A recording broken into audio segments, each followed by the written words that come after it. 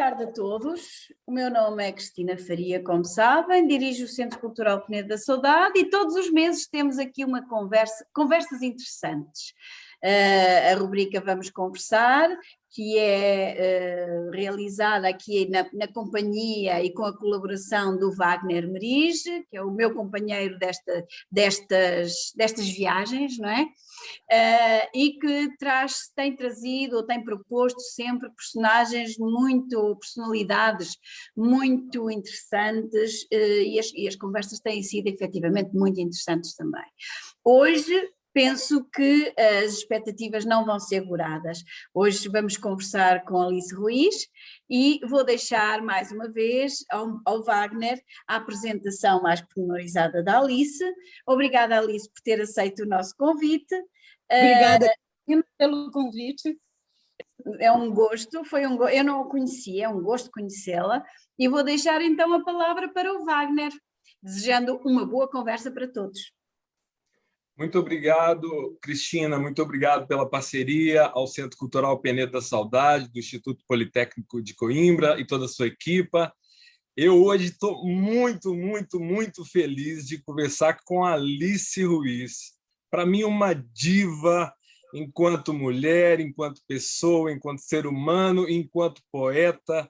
Então, estou de vermelho para representar um pouco essa alegria, essa vontade de falar de coisa boa, de vida, de vibração. Então, antes de tudo, eu agradeço muito, muito você ter aceito, Alice.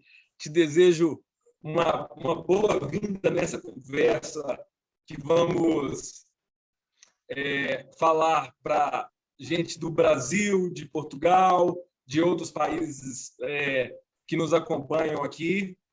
E quero que você se sinta bem à vontade para que a nossa conversa flua bem tranquilamente, tá bem? Muito obrigado pela presença. Eu que te agradeço. Eu agradeço demais o convite. Tão bom estar aqui. Tão bom estar tão longe, tão perto, né? Pois, olha, nós estamos aqui te recebendo com muito carinho mesmo. Eu estou falando de Coimbra, né? E eu vou começar fazendo uma pergunta: o seguinte, voltando lá no seu primeiro livro, Em Navalha na Liga, você escreveu: sou uma moça polida, levando uma vida lascada. Conseguiu polir a vida? Boa pergunta. Não, de jeito nenhum. Mas continuo polida. E a vida, como você sabe, no mundo, mas principalmente no Brasil, está cada vez mais lascada, né? Nós sabemos. Mas é isso, a gente vai tentando tirar uma lição dessas coisas todas. Mas engraçado você lembrar desse poema, porque ele tem uma continuação que eu sempre tive medo que fosse datada, que vou dizer inteiro: sou uma moça polida levando uma vida lascada. Cada instante pinta um grilo por cima da minha sacada. Sim, Pinta sim. um grilo e por cima da minha sacada é uma gíria da contracultura, que parece uma preocupação, uma perturbação em cima da minha ideia. Traduzindo, é isso. E eu não sei se a nova geração sabe do que eu estou falando. Inclusive, esse poeminha ficou mais curto, porque só fazem como você fez, só a primeira parte. Só a primeira parte que é cada. Eu conheci a segunda parte, mas eu quis começar pela primeira porque ela é muito boa mesmo, sabe? Muito obrigada. É uma brincadeira com as eras, né? Sim, sim, sim. E aí você diz, né? Você passou aí, já tem uma longa trajetória, uma trajetória brilhante, e eu ouvi você dizer que você tem 2 namoradas. Eu queria que você me contasse dessas 2 namoradas. Isso é muito engraçado, porque é quase que uma homenagem à turma LGBT, né? Sabe, assim, principalmente as mulheres que ainda ficam mais à sombra, também também entre os homossexuais, as mulheres ficam mais à sombra. Mas as minhas duas namoradas são, como disse na letra, a música e a poesia. É que elas ficam no feminino na nossa língua, né? Mas é isso, na verdade, os dois grandes amores da minha vida, mas, de certa forma, porque tem um amor maior que permeia as duas, que é a palavra, né? Então, assim, eu sou casada com a palavra e namoro a poesia e a música. Pronto. Só mulher. Linda relação. Adorei. Eu também agora vou permitir-me dizer que tenho duas namoradas também. Ó, que Mas, bom. Alice, Diga. muita gente que está te vendo hoje pode não saber bem da sua trajetória, e é uma trajetória muito linda. Eu queria saber como é que você entrou na literatura e como é que a música depois entrou na sua vida. Olha, parece blasé. Quando eu respondo essa pergunta, sempre parece blasé, porque, na verdade, não foi intencional, foi uma coisa que, quando eu vi, tinha acontecido. Mas aí, por isso, parece blasé. Mas, na verdade, como eu disse, eu sempre fui apaixonada pela palavra. Então, eu comecei a lidar com ela, a brincar com ela, a trabalhar com ela muito cedo, sem saber que eu estava me preparando para ser poeta. Aí eu comecei, eu não gostava de poesia, poesia que eu aprendia na escola, eu não gostava, eu não me identificava. Isso é um problema da minha geração. O pessoal botava só poesia dos antigos, dos clássicos, que eu só fui, eu acho, as pessoas da minha geração só foram ter condições de admirar mais adultas, né? Na adolescência, talvez, mas não na infância. Era um desserviço que se prestava à poesia. Mas eu já lidava, já criava, eu já fazia umas coisas muito semelhantes ao haikai, inclusive. E aí, na adolescência, eu comecei a minha adolescência coincide com a chegada do rock, com o boom do rock no Brasil. E um pouquinho atrasado em relação à origem, né? Mas, de qualquer forma, as músicas que eu curtia, eu traduzia. Mas o meu inglês não era bom o suficiente. Então, eu inventava. Só que dentro da melodia, dentro da emoção, às vezes dentro da rima. Ou seja, a minha tradução já era também uma preparação para a letrista que eu acabei me tornando. Mas é por isso que eu digo para você que tudo começou com um trabalho, mas um trabalho por amor, um trabalho por afinidade, sem intenção. E você também... Só complementando, até hoje eu desconfio que as melhores coisas que a gente faz são sem intenção. Sem oferecer o trabalho que nos leva até isso. Mas sim, o fazer, o acontecer, o bom mesmo é quando, pelo menos, a intenção não aparece. Você também passou pela publicidade. Isso ajudou no seu fazer artístico? Eu acho que é o contrário. Eu acho que o fato de eu ser poeta é que me ajudou a ser publicitária, porque eu não fiz faculdade de publicidade. Eu comecei a trabalhar, aliás, nem existia. Quando eu comecei a ser redatora publicitária, não existia faculdade de publicidade ainda. Mas, de qualquer forma, eu tenho carteirinha de publicitária porque por anos de serviço, sabe como? Mas eu nunca fiz faculdade. Foi a prática com a palavra, com a poesia, e, principalmente, com a síntese. Sabe, o exercício da síntese me ajudou muito a garantir meu pão durante mais de 20 anos. Muito interessante. Podemos ouvir a poeta falando, ou recitando, ou declamando um de seus poemas? Já que estávamos falando de publicidade, eu lembrei de não sei se eu vou lembrar dele inteiro, porque ele é longo, mas, de certa forma, ele está ligado com a demanda publicitária, mas é sobre o fazer poético. Do poeta, tudo se espera. Faça um poema aí, eles dizem, que contenha a primavera, estação que ainda vem. O poeta se comanda. Basta acionar, eles pensam, que o poema anda. O poeta se encomenda. Rimas ricas, por favor. Não se esqueça das aliterações, de ser raro, claro e breve. Puxa, dê a todos o que nos deve. Crie desejos, invente necessidades. Pagamos pouco, é verdade. Mas você pode receber mais tarde. Afinal, o poeta vive de ventos, sonhos, flores. Basta, pensam eles, alimentar sua vaidade. Me empresta a tua emoção aí, artista. É o que todos esperam.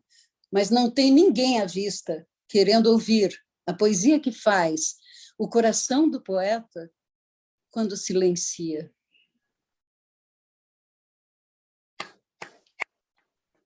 Graças. Obrigada. Que maravilha! Ganhamos o dia. Eu tenho certeza que todo mundo que está nos acompanhando aqui, a Lia já falou maravilhosa. Eu quero aproveitar até falar que quem está nos acompanhando vai ter um momento para participar aqui, para mandar perguntas, para falar com a Alice aqui também durante a nossa conversa. Muito obrigado por nos mandar tanta coisa boa, por criar tanta coisa boa. Você formou uma família também muito bonita, né? Devotada à música, à poesia, suas filhas, seus netos, seu companheiro, Paulo Leminski. Como é que você hoje pensa assim? Você já pensou em escrever as suas memórias para contar tudo que você já viveu com essa família bonita?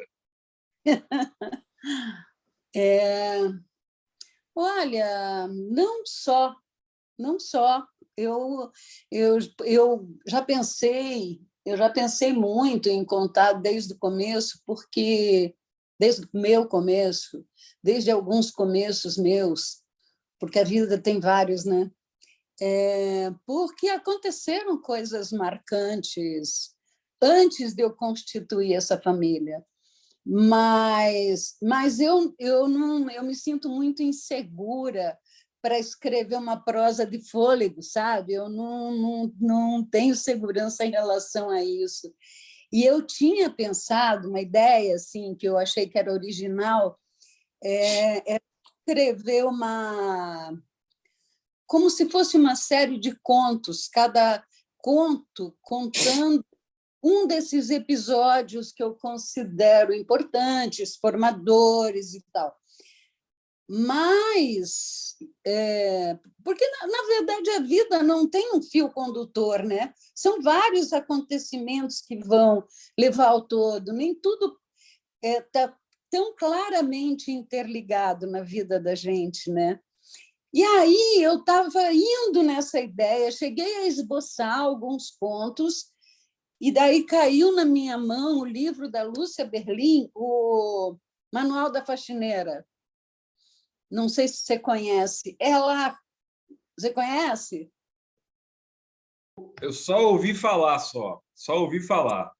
É muito interessante, ele é uma delícia, ele é maravilhoso. Ela conta, e ela teve uma vida riquíssima, cheia de acontecimentos. Ela foi uma professora destacada numa universidade estadunidense, não lembro agora qual, mas também foi faxineira.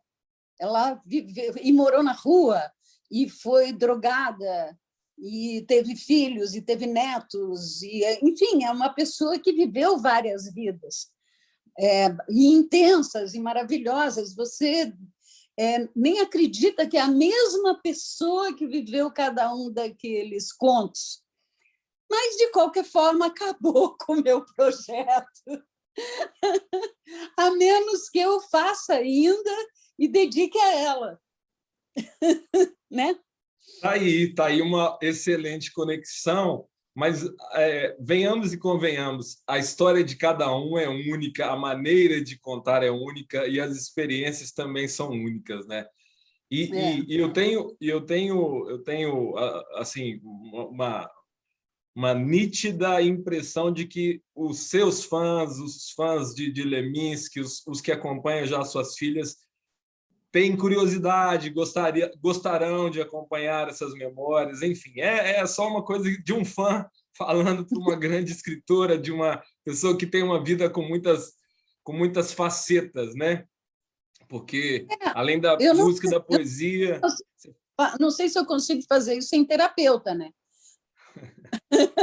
Porque, imagina, mexer na tua vida e seus vários significados. É claro que algumas coisas já estão resolvidas, algumas talvez venham a ser resolvidas, e algumas nunca serão, porque é assim que é, né? Mesmo que tivesse terapeuta. Mas, de qualquer forma, é uma coisa que mexe muito com os sentimentos. Não sei, Wagner. Eu penso nisso, sinceramente.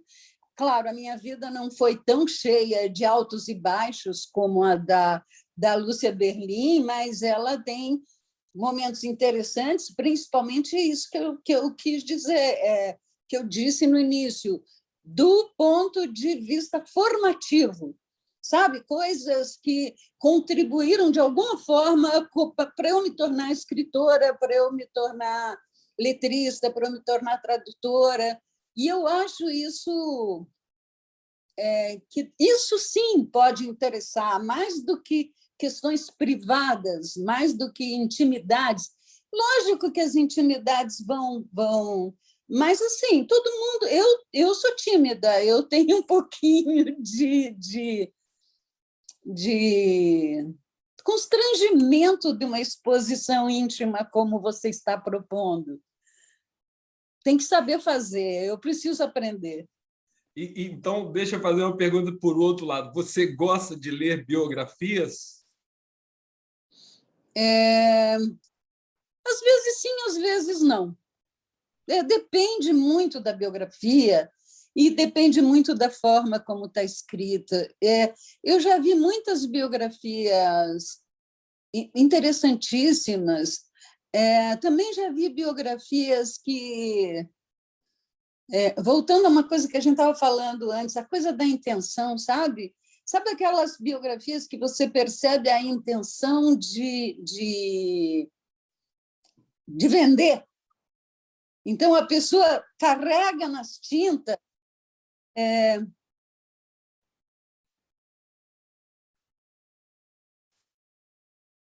Acho que a Alice caiu momentaneamente. Parece que sim. Mas vai voltar, que essa conversa tem que continuar. Boa tarde a todas e a todos que estão nos acompanhando, a nos acompanhar. Obrigado pela presença. Talvez a bateria da Alice tenha caído, mas, enfim. Vai tentar contactar, né? Sim.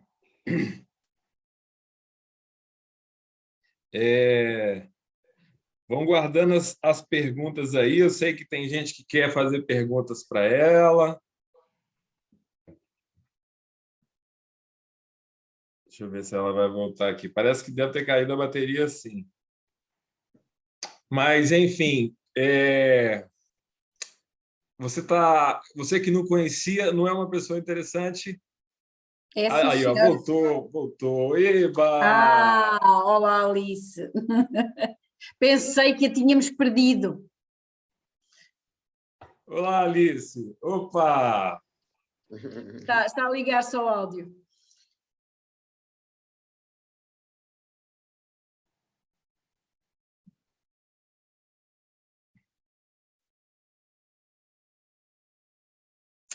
Oi, Alice. Oi. Oi. Nos ouve? Me ouve, Alice?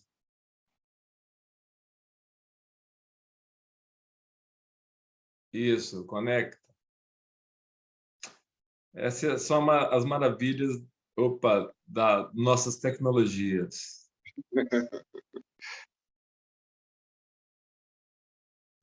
Eu não estou te ouvindo. Ó. Ainda se está a ligar ao áudio, Wagner. Sim, sim. Oi?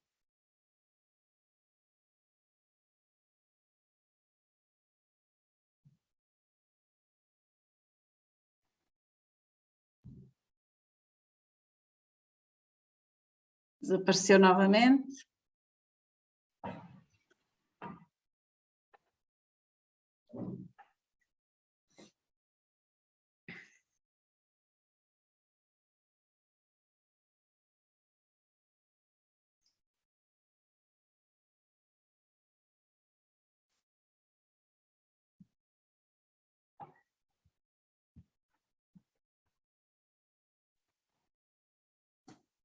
Agora sim, agora sim.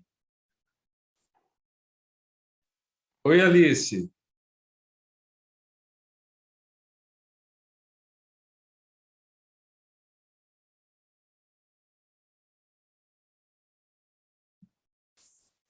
Oi. Oi, Alice. Oi, que bom, que bom. O que aconteceu?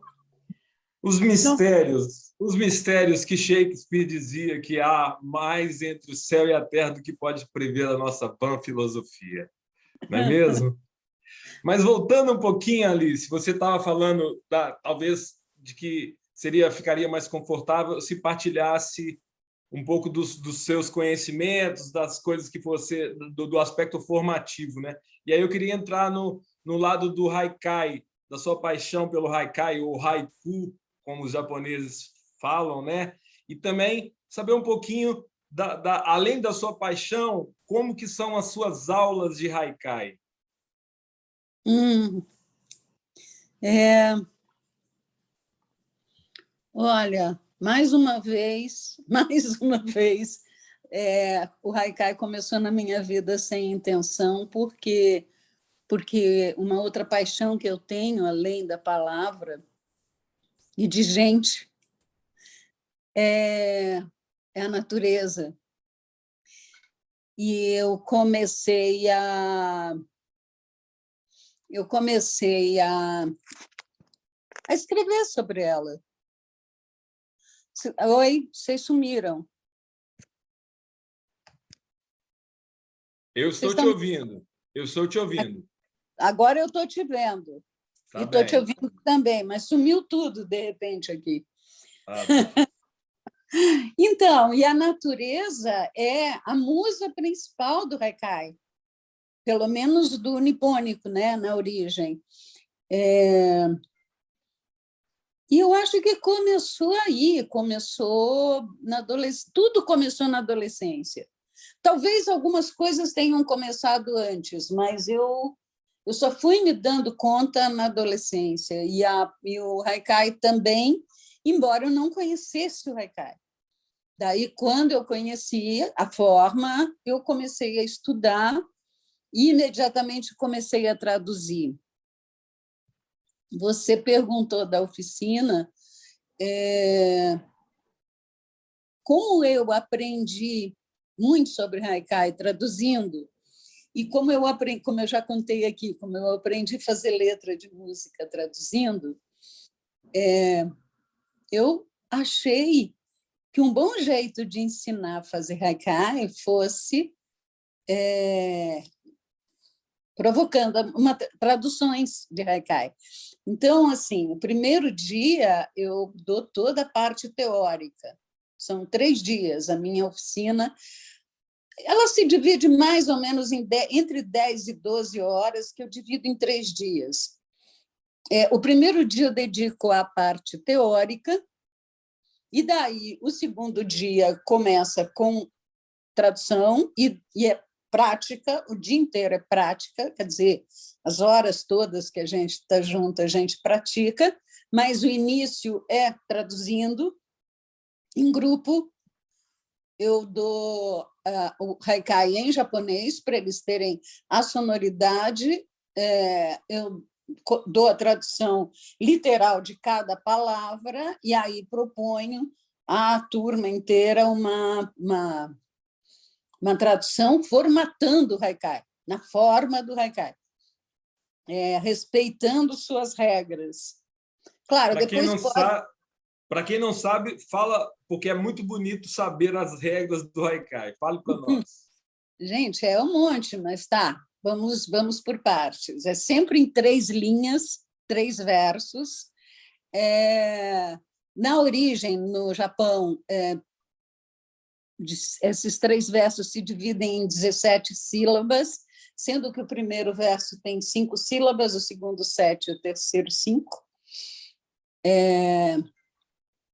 É importante essa distribuição, porque o verso do meio ser um pouco maior, que dá o ritmo ao haikai, e poesia é ritmo, sabemos.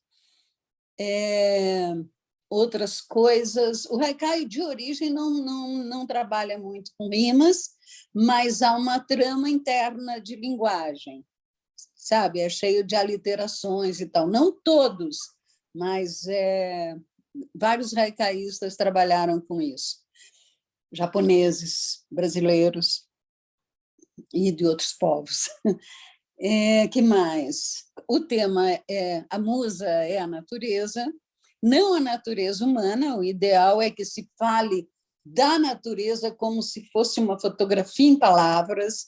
Você não coloca, o teu eu não deve aparecer. Por isso que muitos haidin é a pessoa que faz haikai, dizem que é uma fotografia em palavras, porque a fotografia tem que ter técnica, né, que é luz, enquadramento. A fotografia entra a sensibilidade de quem fotografa, da fotógrafa ou do fotógrafo, mas a fotógrafa ou o fotógrafo não aparecem na foto. É assim que deve ser o haikai, só que em palavras. Então, não tem o nosso sentimento e o nosso pensamento não devem ser explícitos, mas eles serão implícitos na nossa escolha da imagem que nós estamos contando, narrando, fotografando. Muito bonito, muito bonito. Você pode nos dizer alguns haikais seus? Olha, até posso, mas eu não gosto muito disso. Não, por quê? Não, vou te contar por quê. Porque o haikai pede um silêncio, sabe? O haikai pede um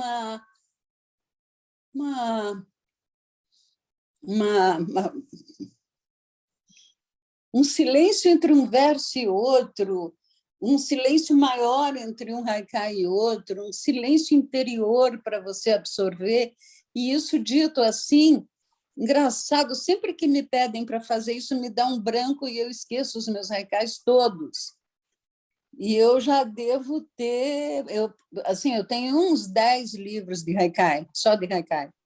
Então, assim, se eu tivesse com um aqui perto, eu leria. Mas eu juro para você que eu não estou me lembrando de nada. Mas eu posso te dispensar dessa função. Eu entendo perfeitamente, porque o haikai exige do leitor, né? Exige que o leitor esteja ali concentrado, devotado a ele. Né? Exatamente. Ele não Eu é muito entendo. para ser dito, é mais para ser visto. Sei. E você já foi ao Japão? Ah, quem me dera! Adoraria. Nossa, está aí uma paixão não correspondida na minha vida.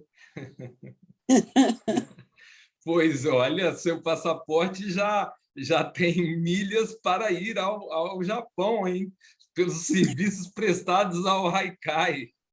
É verdade, é verdade. Se isso contasse como milhagem, eu já estaria no Japão. E a sua relação com Portugal e depois pode me falar também com a África, com os poetas, com os criadores de Portugal e da África, como é?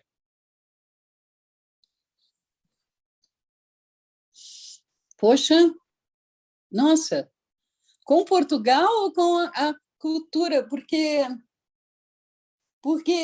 eu tenho, claro, as minhas admirações, não só os antigos, como Pessoa, Mário de Sá Carneiro, Floribela Espanca, mas também pessoas de hoje, como Ana Vidal, escritores como Walter Ugumãe, como Agualusa, como a Matilde Campilho, como a Maria Toscano. Gente, Ana Luísa Amaral, me falta, assim, eu não sabia que você ia me fazer uma pergunta assim, mas eu não consigo dar conta de tudo que ninguém consegue dar conta de tudo que está sendo feito agora. E aí, quando eu começo a citar nomes, eu sempre acho que eu vou esquecer alguém importante, que eu vou, Mas eu sabe? queria mas eu até queria saber mais assim. Você já teve oportunidade de se apresentar muitas vezes aqui? Teve interlocuções boas?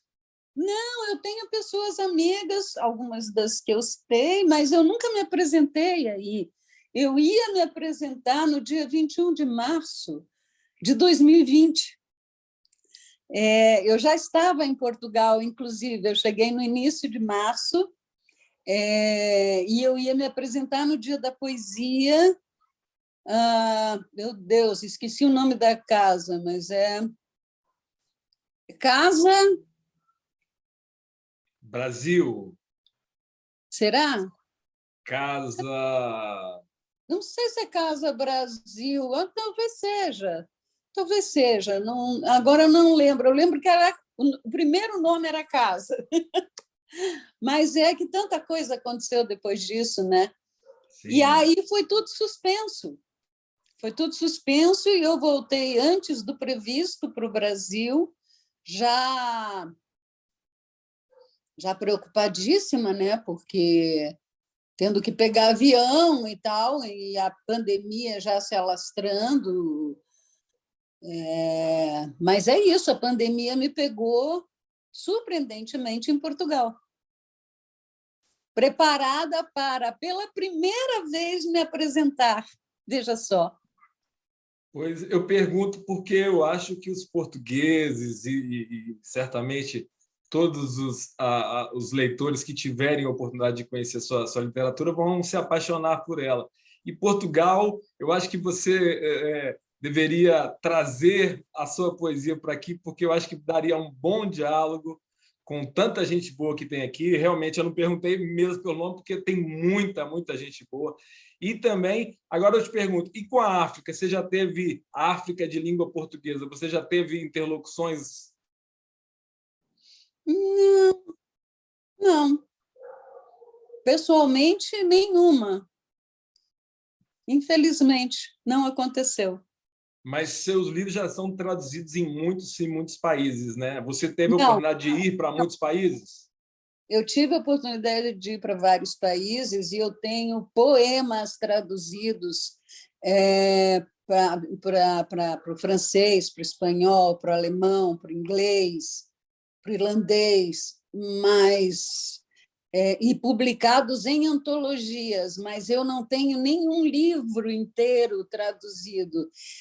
A gente tem um problema sério, né? Quem é poeta tem um problema sério, que é a poesia, pelo menos a boa poesia, ela acontece muito na linguagem, ela é material mesmo. E isso é muito difícil de traduzir sem trair, né? A velha história do você tem que escolher o que trair, ou o conteúdo ou a forma, sendo que, muitas vezes, um depende do outro de tal maneira, dentro da poesia, o conteúdo e a forma, eles estão tão casados na origem que é muito difícil de traduzir. E aí, por conta disso, tem muito mais prosa traduzida no mundo, em todas as línguas, do que poesia. Sim, com certeza. Talvez seja por isso que eu não tenha nenhum livro inteiro ainda traduzido. E olha aí, mais um motivo para escrever uma prosa. Tá vendo? Né? Não, mas isso também revela um pouco de falta de atenção dos editores para com a sua pessoa poeta. Poxa, Não é porque a sua obra já está na categoria de O concurso, né? Obrigada, Wagner, você me mima. Com muito prazer.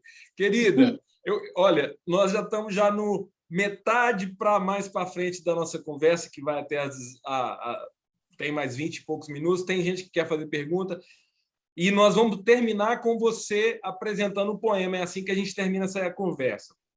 Agora, no meio dessa conversa, ainda podemos ouvi-la mais um segundo poema e você depois apresentar um terceiro para encerrar? Tá bom. Olha, eu vou dizer um que eu escrevi depois de ler uma antologia de poesia portuguesa. E eu acho que eu entrei no espírito dessa poesia, ela me inspirou e eu escrevi esse poema em seguida, e talvez você perceba uma cadência de fado. Quem dera fosse meu o poema de amor definitivo. Se amar fosse bastante, eu poderia, pudera. Às vezes, parece ser esse meu único destino. Mas vem o vento e leva as palavras que digo, minha canção de amigo. Um sonho de poeta não vale um instante vivo. Pode que muita gente veja no que escrevo tudo que sente, e vibre, e chore, e ria, como eu antigamente, quando não sabia que não há um verso, amor, que te contente. Graças. Maravilhosa. Eu já quero te encontrar lá nas tascas de Alfama, você falando e as guitarras portuguesas acompanhando você. Ou aqui nas tascas de Coimbra, porque o fado de Coimbra também é muito, muito importante, muito original e forte, sabe? E que as deusas te ouçam. Com certeza, ouvirão as deusas todas da poesia. Olha, eu queria abrir agora para perguntar quem dos nossos convidados que estão aqui presentes que gostaria de endereçar uma pergunta para você.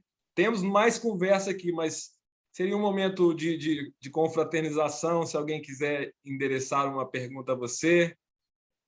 Vamos lá, quem vai ter a coragem dos nossos acompanhantes? Eu não sei nem, eu não consigo ver quantas pessoas estão conosco, nem quem são. Temos alguma... Quer falar, Cristina? Eu quero. É assim, eu estive... Quando o Wagner me propôs que nós conversássemos com a Alice, a minha curiosidade aguçou-se em relação ao Haikai.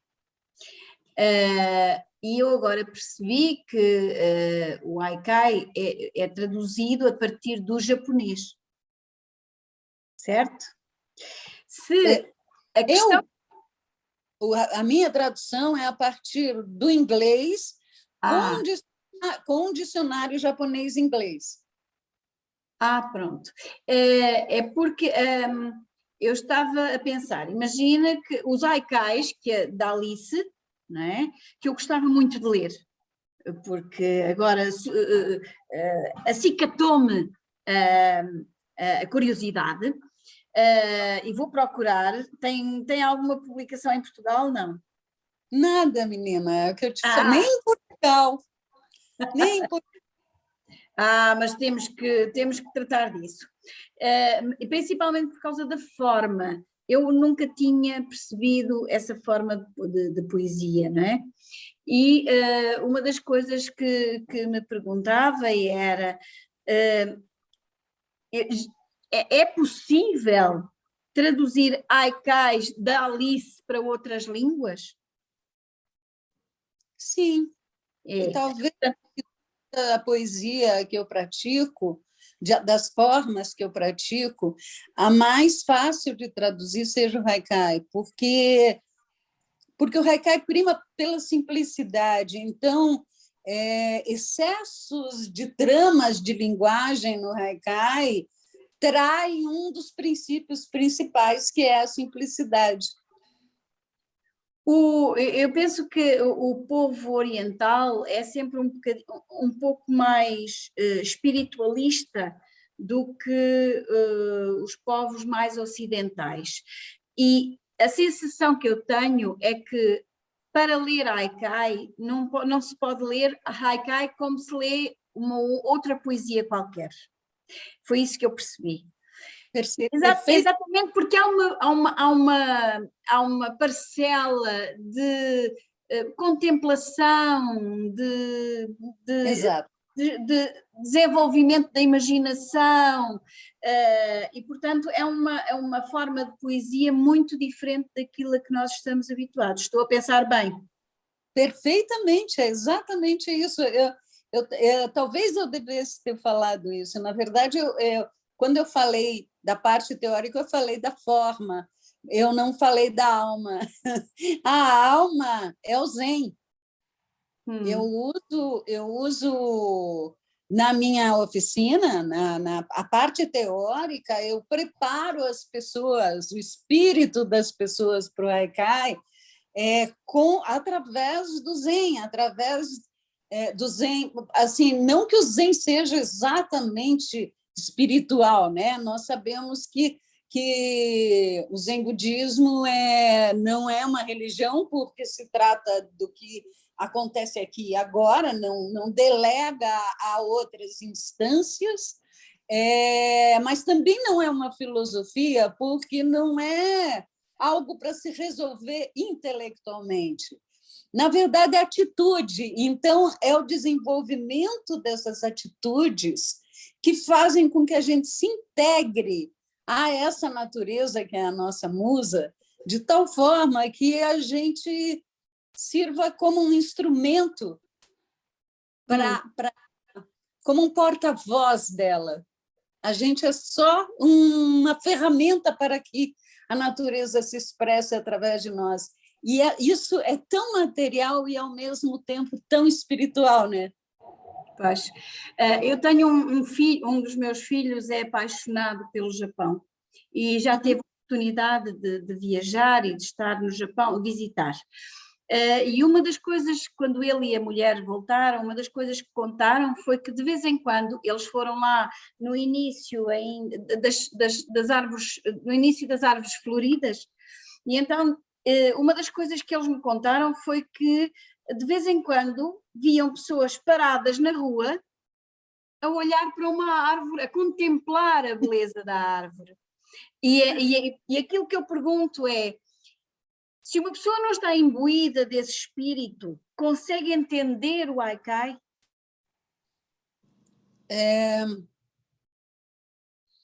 Ou seja, é preciso uma preparação específica para ler e perceber haikai, para fruir a haikai? Mas que pergunta difícil, Cristina. Ai, desculpa. Não faço mais perguntas. Eu adoro perguntas difíceis, eu adorei. Eu acho que sim, Mas eu acho que o haikai vai criando esse estado. Você vai lendo e com o tempo, quando você vê, você entrou nessa... Você foi abduzido por esse estado, sabe? Então, essa compreensão do haikai não se dá através do intelecto, é da sensibilidade mesmo, da emoção. Da sensorialidade. Penso que a Lia queria colocar também uma questão. Sim, a Lia quer. Boa tarde, Alice. Boa tarde, Wagner. Boa tarde, Cristina. É um prazer estar aqui com vocês. Alice, você tem um haikai que diz assim: sem saudade de você, sem saudade de mim, o passado passou, enfim. Eu acho essa palavra saudade, que nós estamos aqui no bate-papo entre Brasil e Portugal, ela é nossa, né? Saudade só existe na nossa língua. E o que eu queria saber de você é que, além de acionar o tema da saudade no haikai, é um tema que você gosta de explorar na sua poesia. O que você pensa da saudade? Que legal.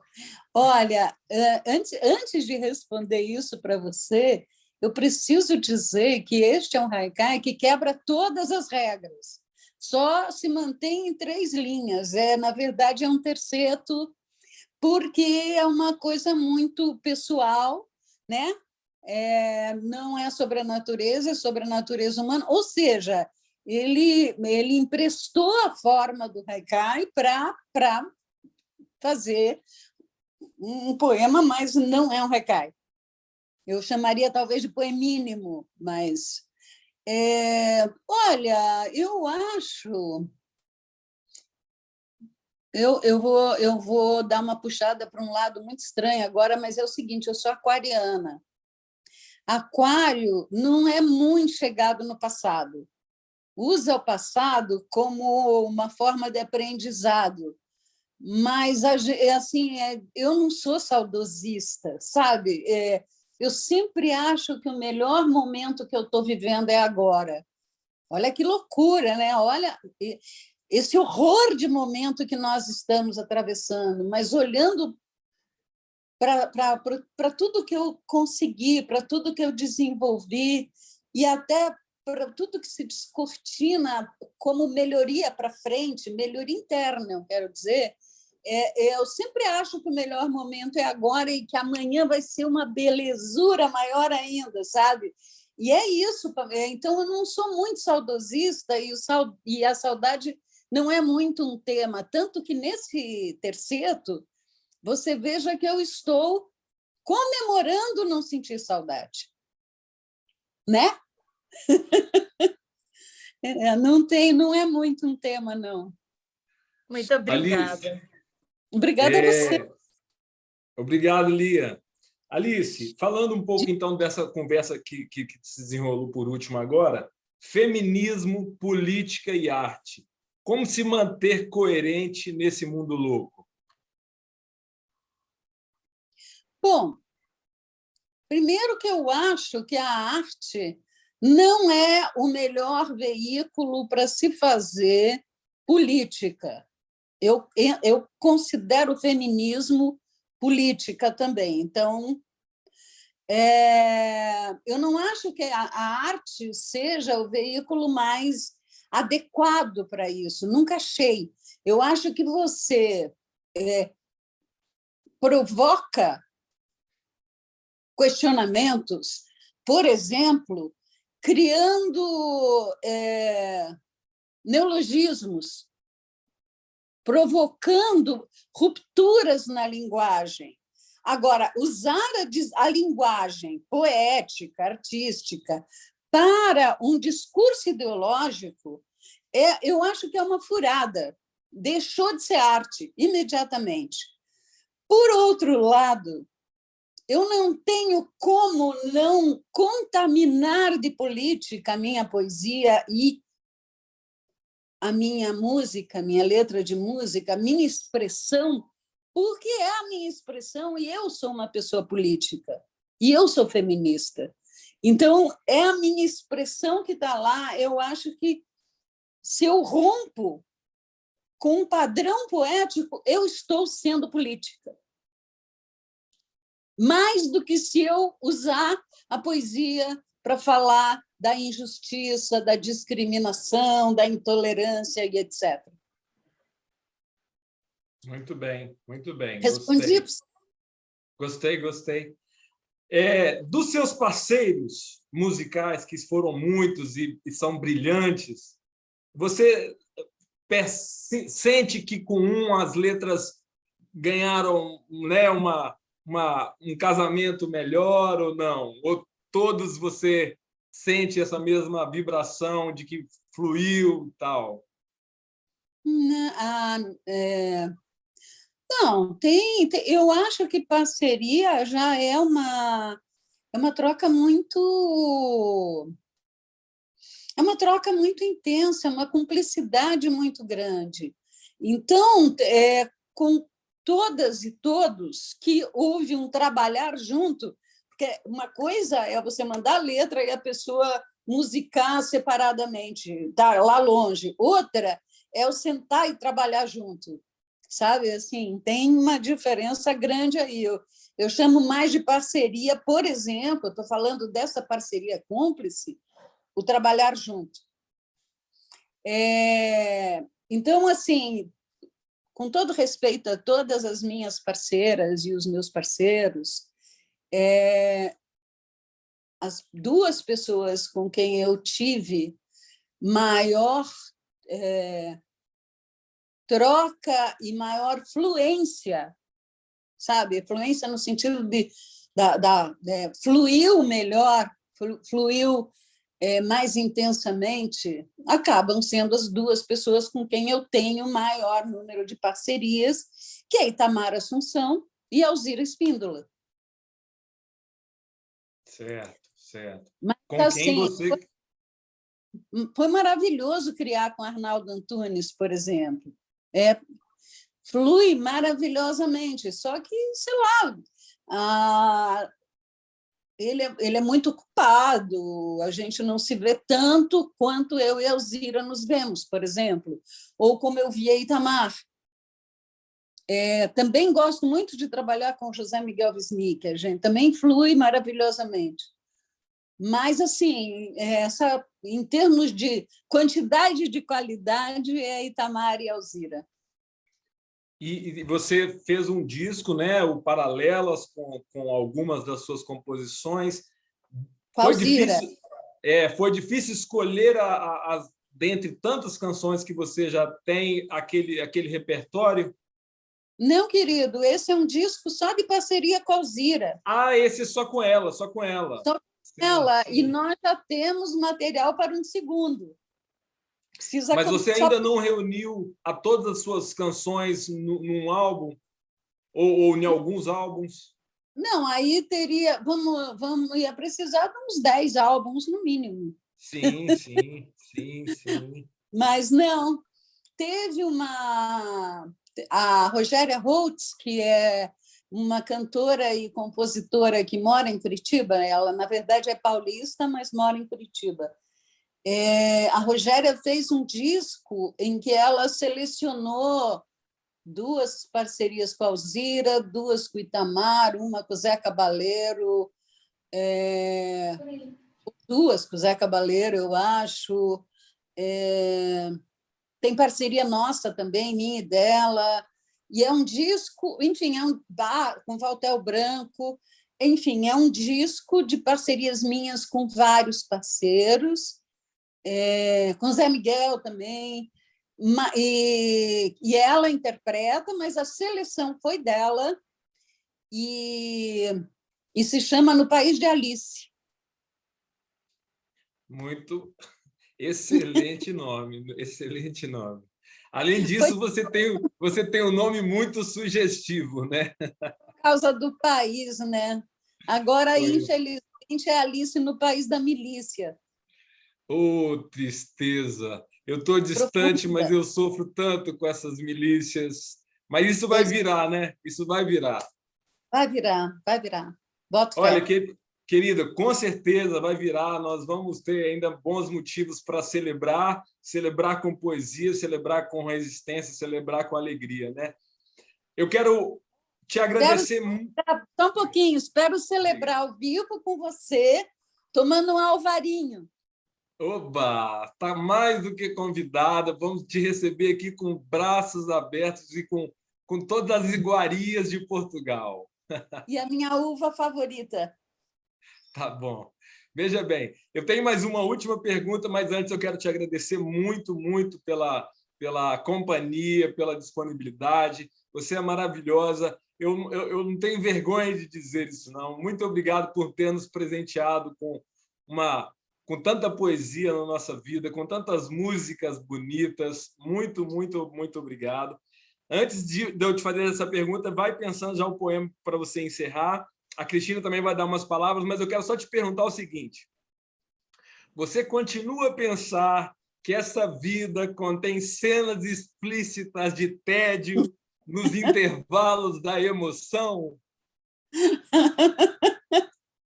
Continuo, eu acho exatamente isso.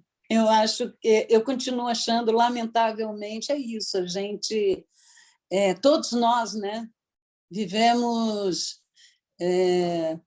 tanto o nosso cotidiano, o ramerrão, a rotina, a corrida atrás da sobrevivência, tudo isso é um tédio imenso, mas é compensado por momentos de emoção, momentos raros e especialíssimos de emoção, né? São intervalos, sim. Muito Olha bem. que bonitinha a Lia. Obrigada, Lia. Mandando mensagens para nós. Cristina? Obrigada, queria agradecer. Obrigada, Wagner, por mais uma excelente proposta. Alice, não sei como lhe agradecer. Quando vier a Portugal, tem já o meu convite para vir ao Centro Cultural Penedo da Saudade, em pessoa, ver a paisagem que nós conseguimos ver daqui, que é belíssima, o Wagner pode atestar, dar-nos a conhecer, apresentar-se às pessoas de Coimbra, porque eu penso que o espírito que tem, a forma como vê a vida e vê a poesia, acho que vai agradar a muita gente aqui da zona, aqui em Coimbra. Obrigada mais uma vez por estar presente connosco, obrigada a todos os que estiveram aqui connosco, obrigada aos que estiveram aqui no Facebook também, que estão também entusiasmadíssimos. Tenho aqui algumas mensagens de pessoas que estão entusiasmadas por conhecer mais a Alice e por conversar mais com a Alice. Temos que combinar essas coisas. Vamos. E vamos terminar, como é costume, com a Alice a dizer mais um dos seus poemas. Obrigada, Alice, do coração. Eu que te agradeço, Cristina, adorei estar com vocês. Obrigado. E agora, Alice. Olha só, um dos poucos poemas meus publicados em Portugal num livro da Ana Vidal, sobre comida. Primeiro, lenta e precisamente, arranca-se a pele, esse limite da matéria. Mas a das asas, melhor deixar, pois se agarra a carne como se ainda fossem voar. As coxas, soltas e firmes, devem ser abertas e abertas vão estar. E o peito nu, com sua carne branca, nem lembrar a proximidade do coração. Esse não. Quem pode saber como se tempera um coração? Limpa-se as vísceras, reserva-se os miúdos para acompanhar. Escolhe-se as ervas, espalha-se o sal, acende-se o fogo, marca-se o tempo e, por fim, de recheio, a inocente maçã, que tão doce, úmida e eleita, nos tirou do paraíso e nos fez assim, sem receita.